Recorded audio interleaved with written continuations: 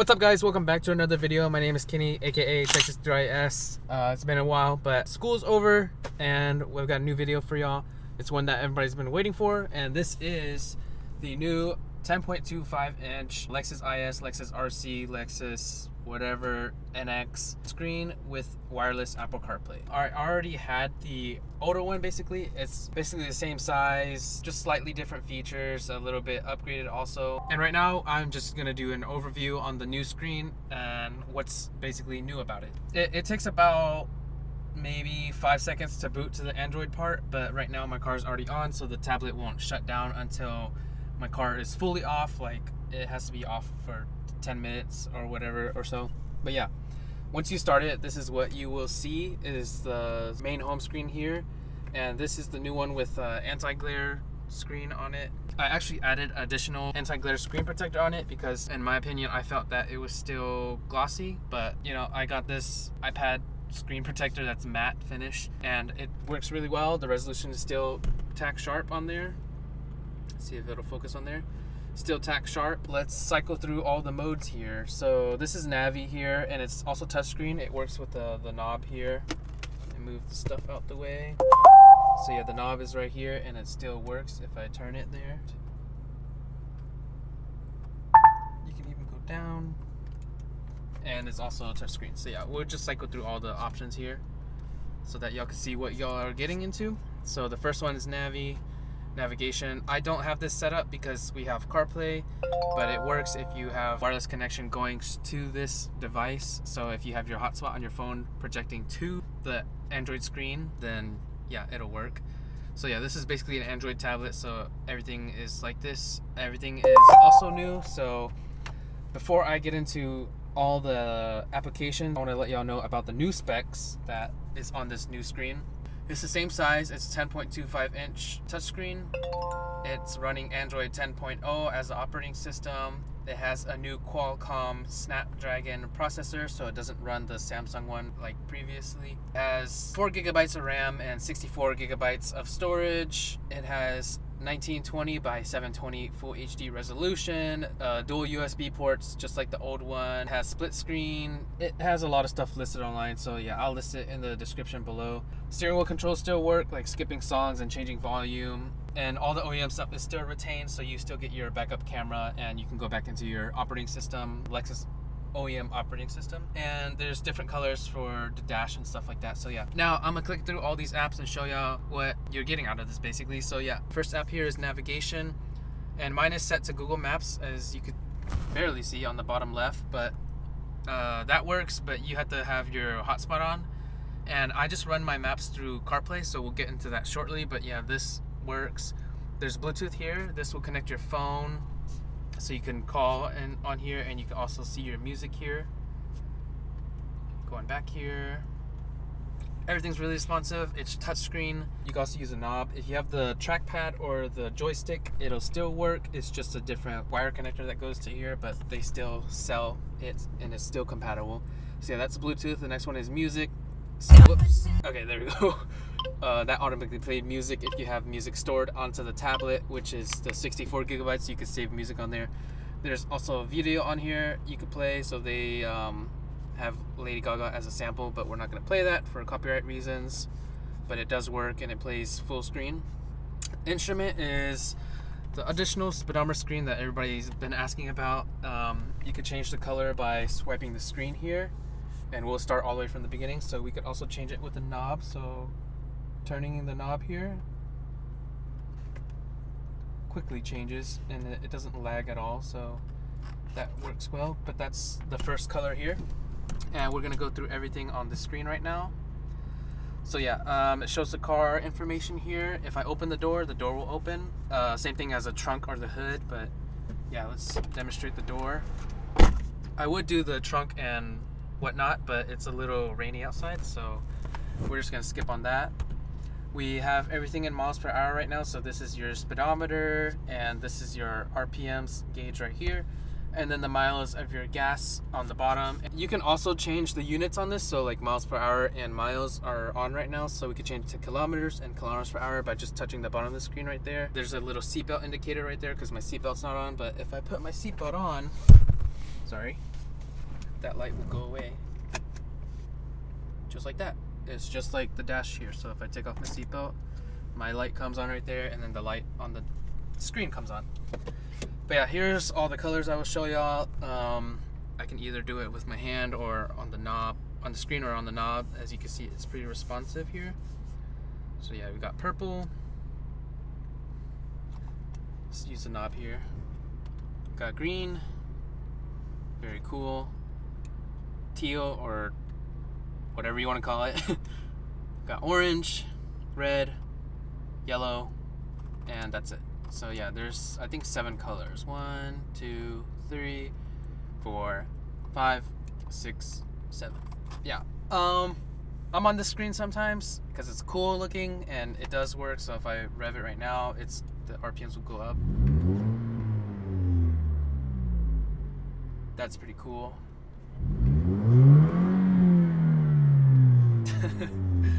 Okay, let's not bother anybody because we are at a dealership because I'm waiting for some friends right now. I was like, might as well record a review because I did test this for like a week or two before I wanted to put my word or input on it.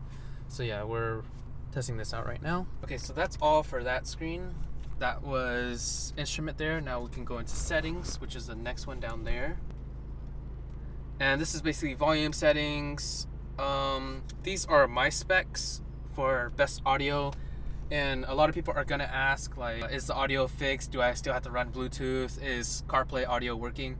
And yes, it is, surprisingly, and I'm very happy about this purchase. And I will demonstrate that for y'all. So this is my settings that I found best to run without distortion on the speakers, because sometimes if you bass boost too much, it distorts it. But yeah, here's my settings. You could pause it there and screenshot it if you have this unit. But yeah, basically music is anywhere from 27 to 30. I found 27 to be best. Navigation, I don't even know if that works, the speaking navigation audio, but it always plays loud for me, so I don't know if having it at 25 or whatnot is better or worse. Bass is 5, alto and treble is 4, and somehow skip Bluetooth phone, but yeah, that's at 31. So yeah, that's in that settings page or tab for the volume. Now we have navigation here. This is just different maps you could select for the first navigation app, which I don't use, so I don't care about this setting. Back car is the reverse camera, so the reverse camera still works, and some of these I have off because some of these features we don't have, like 360 camera we don't have, also the front camera we don't have. But I think I turned on this 360 CVBS, so it could be full screen, because if I have it off, it's gonna show a 360 camera here, but it's gonna be all black because we don't have a 360 cam. So for instance, I'm gonna put it in reverse and show you what I'm talking about with that setting off. It has the reverse cam there, but it's all regular size, and the 360 cam without cameras there actually. So if I switch it back to the 360 CVBS on, put it in reverse, it actually plays it in full screen, and it's not that much stretched or distorted, which I actually prefer this because you can see more. I mean, you're paying for the screen, right? You want a bigger screen, so why not use it this way? And that, yeah, that's pretty much it for my reverse settings. I know some people are gonna ask like how to wire this. I already had it wired, and the old wires actually fit the new unit, so I didn't get to make a video, but I am planning on installing one of my friends' CarPlay audio, whatever, 10.25 screen, and I will make a video on the installation. It's pretty simple. Everything's plug and play. Literally all you have to do is take out this panel here, this panel, same thing on the opposite side. This center console is gonna have to come out, so you have to put it in neutral, put your handbrake on, whatever, take out some screws that hold the radio. This pops out as one, then you can separate these two, and then literally just feed the wires from this radio to that screen, just like that.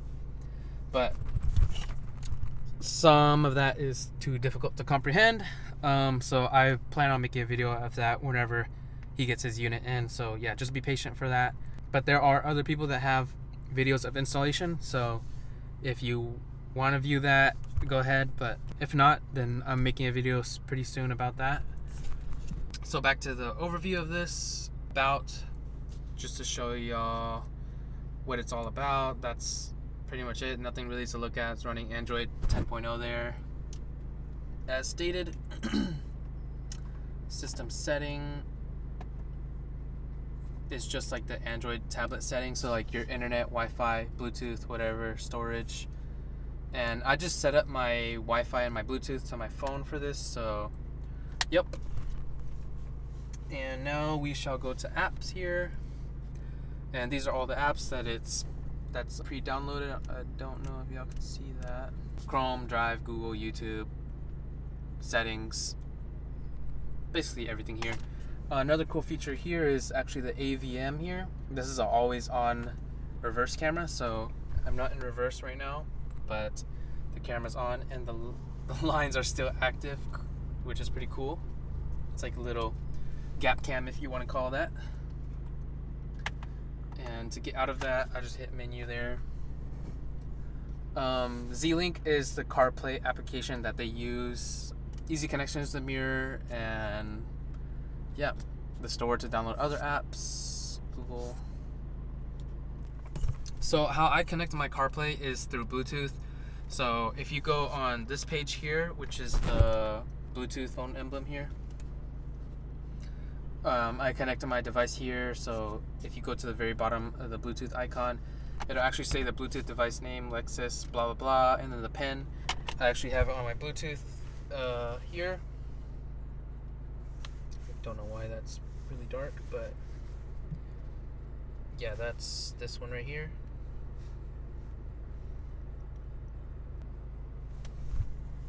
Now it's connected, and you don't have to do this every time. It's just the initial way. So yeah, this it connecting now, and it's gonna show your name, your phone name on the orange box, which is Ken right there.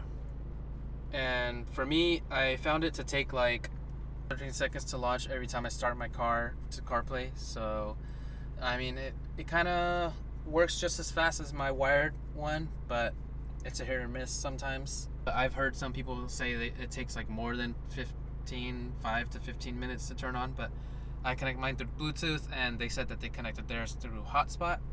But yeah, this is the CarPlay here. It looks like just like any other CarPlay, but this time I can actually use my knob to turn stuff. So like you see the highlighted box there, I'm actually controlling it with my knob. I can go to the next page. If I hit OK, it'll open the app. It's pretty cool, and I can use the touchscreen on it also. And now I am going to show you the audio. So right now I am connected to the CarPlay audio. As you can see, the CarPlay emblem on the left there, that's the name they chose. And I will choose an instrumental on YouTube just because of copyright. As much as I love to show y'all some nice songs, I'm gonna have to do it this way. Look at my friends working hard over there while I'm just recording a review. Oh shit, they're about to come.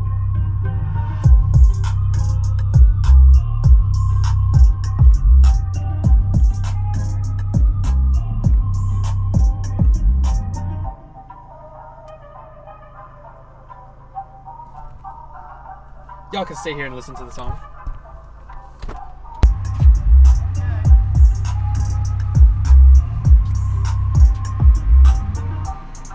Hopefully y'all can hear bass because it's hitting pretty hard. This is CarPlay audio, by the way.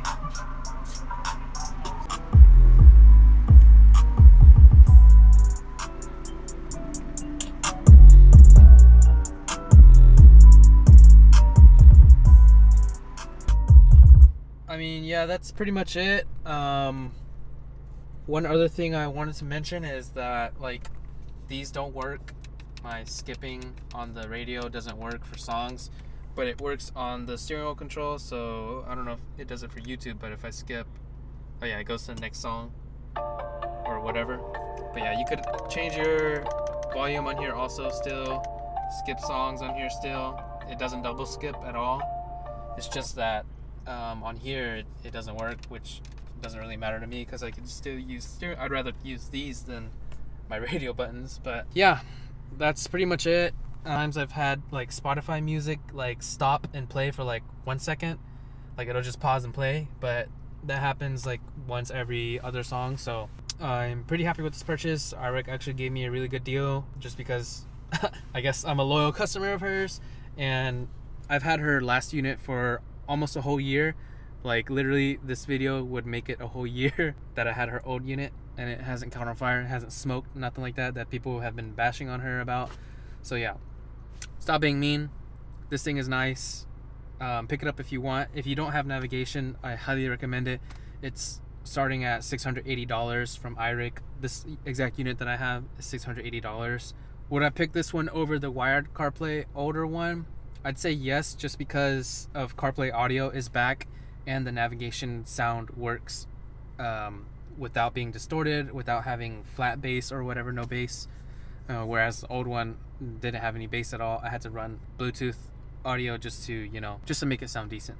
But yeah, that's my review for now. That was like 1 to 2 weeks. I forgot how long I've had it now, but I've been in the middle of finals, so yeah, I had it for long enough to test it and put my word in. If you like it, pick it up, DM iRec, tell her I sent you. Maybe she'll hook it up for you if you tell her I sent you.